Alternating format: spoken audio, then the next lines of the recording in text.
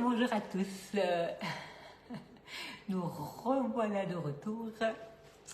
Alors, je vais attendre un petit peu. Voilà.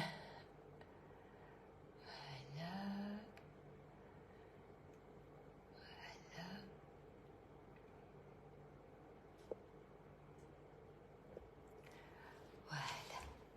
J'espère que vous allez bien ce matin. Donc ce matin, nous allons continuer avec le moule à tarte.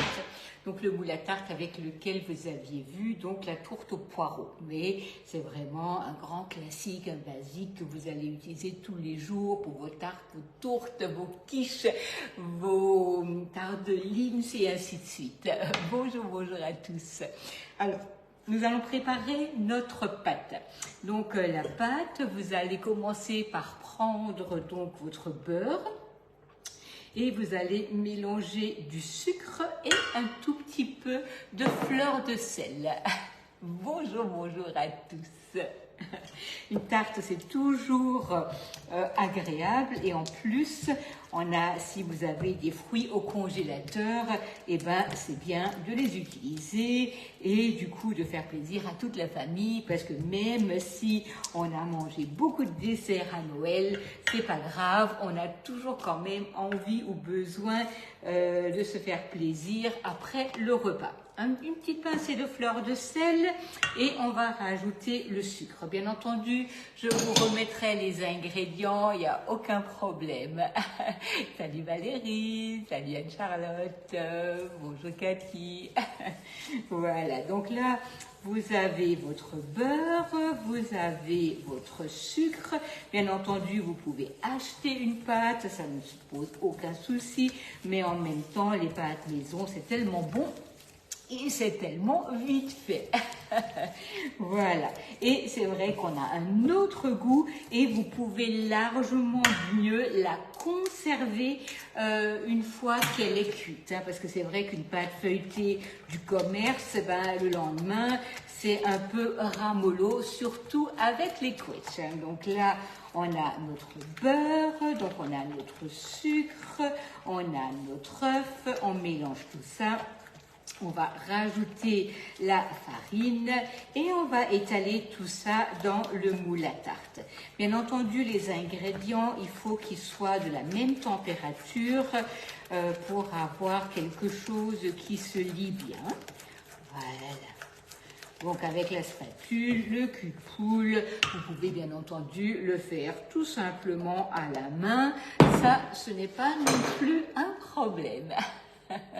Si vous avez des questions par rapport au moule, n'hésitez surtout pas. Ce sera avec grand plaisir que je vous y répondrai.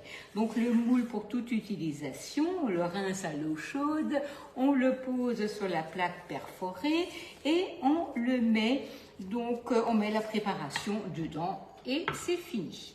Voilà. Donc là, j'ai ma farine donc, dans le moule. Alors là, comme c'est une grande quantité maintenant de farine, je vais utiliser la main. Ce sera beaucoup plus facile. Bien entendu, vous pouvez faire la pâte au robot. Ça, c'est vraiment pas un souci. Vous mettez, si vous avez le high cooking, vous mettez tout dedans. Vous mettez 20 secondes sur pétrin et ce sera déjà fait. Hein. Mais voilà, ça c'est pas non plus quelque chose qui vous demandera une grande difficulté. Voilà, vous ne pétrissez pas de trop, surtout pas. On va juste incorporer la farine dans la préparation et ce sera bon. Salut Rachel. Bonjour, bonjour à tous. Bonjour Patricia. Voilà. Donc là, on a notre préparation donc, qui est mélangée. Là, une fois que ça c'est fait, je vais prendre ma pâte et je vais l'étaler à la main. Ça vous évitera de devoir penser à préparer votre pâte en avance parce que si le beurre n'est pas froid, vous n'arriverez pas à la démouler. Oui, c'est sûr, c'est sûr, Annie. Là, on est sûr d'avoir la bonne quantité de pâtes. Pas comme la dernière fois, je me suis fait un peu avoir avec mes pâtes du commerce. Voilà. Donc là, on a une belle pâte qui est prête. Donc là, on va enlever notre cul de poule. On va prendre notre plaque à alu avec notre moule à tarte et on va mettre la pâte donc dans le moule. Là, vous vous aidez juste avec la paume de la main et vous allez répartir votre préparation dans le moule. Bien entendu, vous pouvez la laisser refroidir, vous pouvez l'étaler avec le moule, avec le rouleau, pardon. Merci, merci Geneviève, à vous aussi, tous mes vœux pour cette nouvelle année. C'est très, très gentil, merci. Donc, vous pouvez bien entendu étaler la pâte, mais je crois qu'on est tous un peu pareils. Hein. Souvent, on s'y prend un peu à la dernière minute. Et là, s'il faut attendre que la pâte soit froide, ben souvent, on va aller de manière très facile vers une pâte du commerce. Alors que là, vous pouvez sans aucun souci répartir votre pâte dans le moule, mettre vos fruits et mettre ça au four. Et franchement, la pâte, là, elle est vraiment succulente. Et comme je vous disais dimanche, hein, donc si vous avez du flan qui coule, qui passe par-dessus ou quoi, vous n'avez pas besoin d'avoir peur que ça ne cuise pas. Au contraire, vous n'aurez aucun souci, ça va continuer à cuire, ça ne va pas brûler, vous n'aurez pas besoin d'avoir peur que ça attache. Bonjour, bonjour à tous, bonjour Sylvie, bonjour Marie-Christine. Voilà, c'est l'heure de préparer les repas. Voilà, donc on est en cuisine. Voilà, donc la pâte, elle est donc dans mon moule.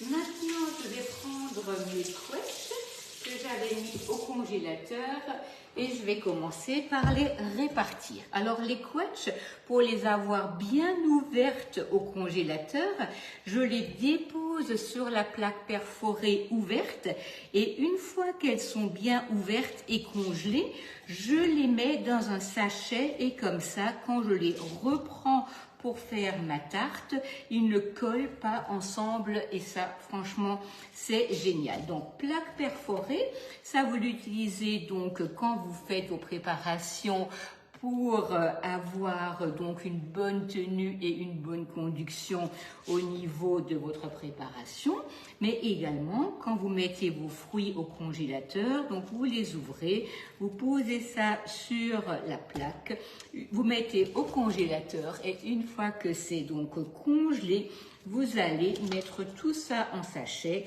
et du coup, vos fruits sont ouverts et faciles à mettre sur votre tarte.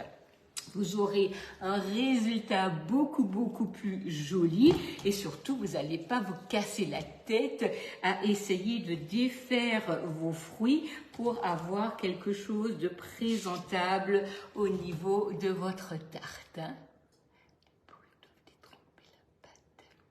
Oui, Marie, oui, absolument. Marie-Claude, vous pouvez mettre un peu de chapelure, vous pouvez mettre un peu d'amande au fond, mais là, c'est une pâte sablée.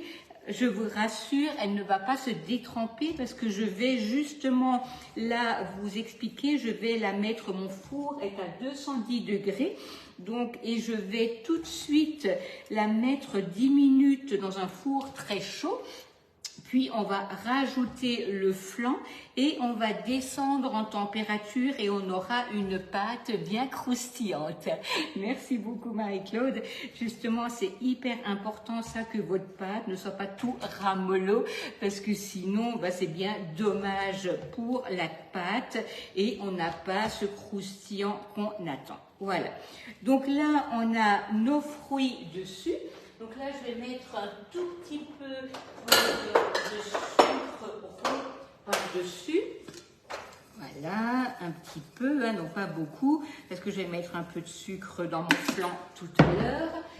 On va va rajouter un peu de cannelle. Si je la trouve tout de suite. Hop.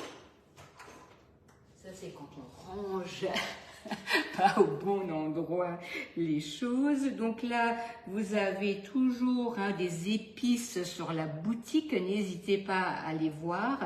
Ce sont vraiment de super produits. Moi, j'adore Terre Exotique. Ça, c'est vraiment super. Donc voilà, vous avez la plaque perforée, vous avez le moule à tarte, vous avez la pâte sablée, vous avez les quetchs. Et là, vous avez donc le four à 210 degrés. Et on va mettre ça au four. Et je vais mettre donc environ 10 minutes. Voilà, 10 minutes. Et pendant ce temps, on va préparer le reste, c'est-à-dire le flan, à rajouter par-dessus. Oui, Jennifer, c'est tellement bon une tarte au quetch. Et c'est tellement alsacien en plus. Donc là, il me reste des quetchs. Je mets en sachet un peu au pif, parce que j'ai pas forcément envie de peser, de faire attention. Je fais une tarte au quetch, Liliane. Donc là, du coup, qu'est-ce qui est aussi très alsacien? C'est une compotée de quetch et des grillesques flûtes. Donc ça, c'est en fait une préparation avec de la semoule et du lait. Et on mange ça le soir. Et franchement, ça, c'est très bon. Oui, on peut faire du fromage blanc, Annie, absolument, avec la Boréalia. Je vous expliquerai tout ça. Je vais essayer de vous faire vraiment plusieurs recettes dans la Boréalia cette semaine et la semaine prochaine. Donc, une compotée de quetch, ça peut me servir avec mes yaourts que j'ai fait avec la Boréalia, mais ça peut aussi me servir avec donc ma semoule cuite, où je peux donc agrémenter ça. Ça, c'est quelque chose que nous, on mangeait. En général, c'était le mercredi, on avait nos grillesplüte et une compote, soit de pommes ou soit de quetch. Ah ouais, c'est tellement bon, Estelle. C'est vraiment, ça, ce sont des choses, et ça rappelle des bons souvenirs d'enfants.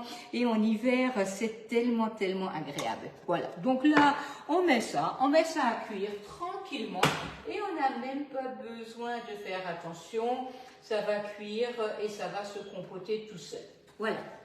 Donc, pendant ce temps, il faut penser à... Oui, ça c'est vraiment bon.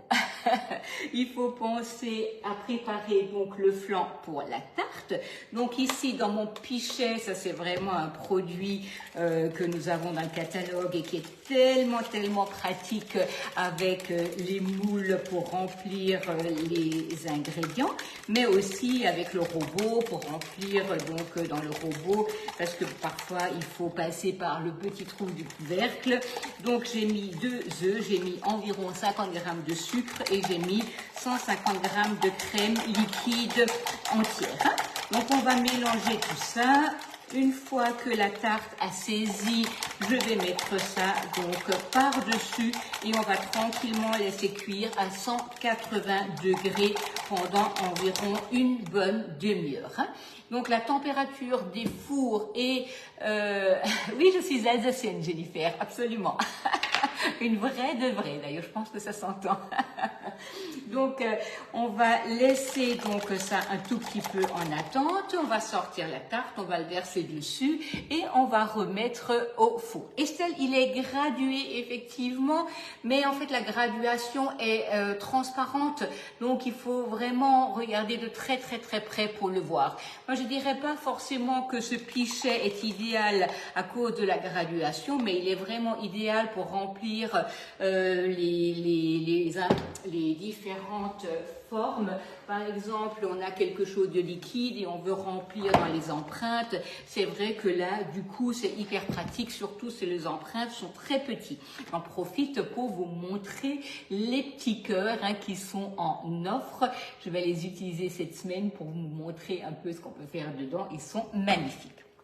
Donc, le four est allumé et j'ai dans mon frigo donc, mon plat pour ce midi. Donc une fois que la tarte sera faite, je mettrai ici ma préparation dans le four. Ça me permettra en fait d'utiliser la chaleur en une fois et d'avoir déjà mon repas de prêt. Le B-Save, c'est vraiment quelque chose de génial. Ça vous permet de préparer en avance, de faire des économies de temps, mais aussi des économies au niveau de vos achats de matières premières, parce que quand vous cuisinez, vous faites un peu plus et du coup, ça vous fait déjà 2 ou 3 repas de prêt. Alors, mais il ne faut plus de glace dans mes placards. Oui, alors c'est sûr. Les placards sont souvent remplis de choses, mais ils sont souvent remplis de choses parfois qu'on n'utilise pas. Et du coup, parfois, il vaut mieux avoir quelque chose de pratique que plusieurs choses qui ne servent pas. Le pichet verseur, vraiment, il est très pratique pour remplir aussi bien dans votre robot, pour remplir maintenant, par exemple, ma matière première de glace ou de yaourt dans mon pichet, dans mon bol, de remplir les petites formes donc que vous pouvez déjà avoir, les petits fours, les mini tartelettes et ainsi de suite. C'est vraiment pratique. Et son bec permet vraiment de guider la préparation. Donc là, si vous voulez, si maintenant mes quetchs sont cuites et je n'en ai pas besoin tout de suite, rien ne m'empêche de les mettre sous B-Save et de les manger dans une semaine. Vraiment, ça nous tranquillise la tête, ça nous évite de devoir se dire « il faut que je mange ça absolument parce que c'est cuit ». Absolument pas. Oui, il est très très pratique, ça c'est vrai. Voilà, donc là, on va tout simplement sortir donc la tarte du four. On va mettre la préparation dessus et on va remettre tranquillement au four pour une bonne demi-heure.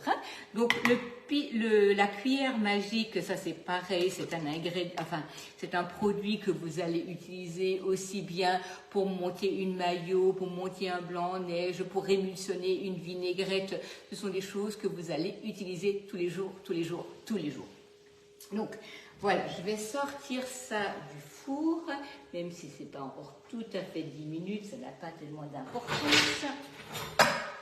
Voilà, hop, et on va mettre le flanc par-dessus, voilà, tac, donc vraiment ne vous inquiétez pas, même si vous avez un tout petit peu débordé sur les bords, ma tarte va cuire sans aucun souci. Vous voyez, je ne fais vraiment pas du tout attention, mon flanc déborde de côté et d'ailleurs je le fais un peu exprès pour que vous voyez que vraiment ça va continuer à cuire sans aucun problème. Voilà. Je vais encore laisser les quelques minutes qui restent donc à 210 degrés et une fois que ça va sonner, je vais descendre à 180 et je vais laisser cuire une bonne demi-heure. Une fois que ça va sortir du four, je vous montrerai donc la préparation sortie du four et comment bien entendu il faut démouler. Une tarte au quetch, elle va être un peu liquide, il ne faut surtout pas de suite vouloir la démouler quand elle sort du four, vous la laissez attendre une dizaine de minutes. Une fois que les 10 minutes sont passées, vous allez pouvoir démouler et je vous montrerai donc comment la déshabiller sur une planche. Voilà, je vous souhaite en tout cas un bon appétit et surtout c'est en silicone. Oui, les moules sont en silicone, hein, c'est en silicone platinium, vraiment une super qualité. Vous n'avez absolument pas besoin ni de graisser, ni de fariner, rien du tout. Hein. Une bonne journée à vous.